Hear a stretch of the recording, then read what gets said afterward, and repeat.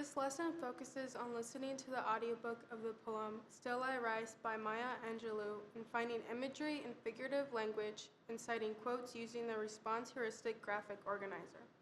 The critical literacy skill this lesson centers on is focusing on multiple viewpoints. According to the article Taking on Critical Literacy, The Journey of Newcomers and Novices by Mitzi Lewison, by paying attention to and seeking out the voices of those who have been silent or marginalized, this lesson focuses on multiple viewpoints. The response heuristic graphic organizer will be helpful in citing evidence about imagery on the voice of the author and how she expresses her perspective of being a Black woman. Students have a chance to show their voices as well. Sometimes being young, their voices or opinions aren't taken seriously.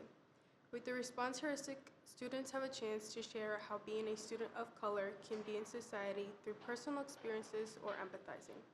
The first step is to discuss with the students the definitions of imagery and figurative language. We will discuss what they mean and what to look for in the poem as they listen to the audiobook. The response heuristic graphic organizer will be handed out to each student. The response heuristic has 3 columns. In the first column, students will write a quote from the poem that demonstrates imagery. In the second column, students will explain why it demonstrates imagery. In the third column, students will write a connection to the passage chosen.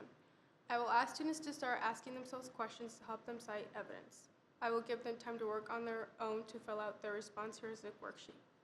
After filling out the form, students will be asked to share their responses to a neighbor to discuss multiple viewpoints, such as the author's, their own, and their neighbor's perspective.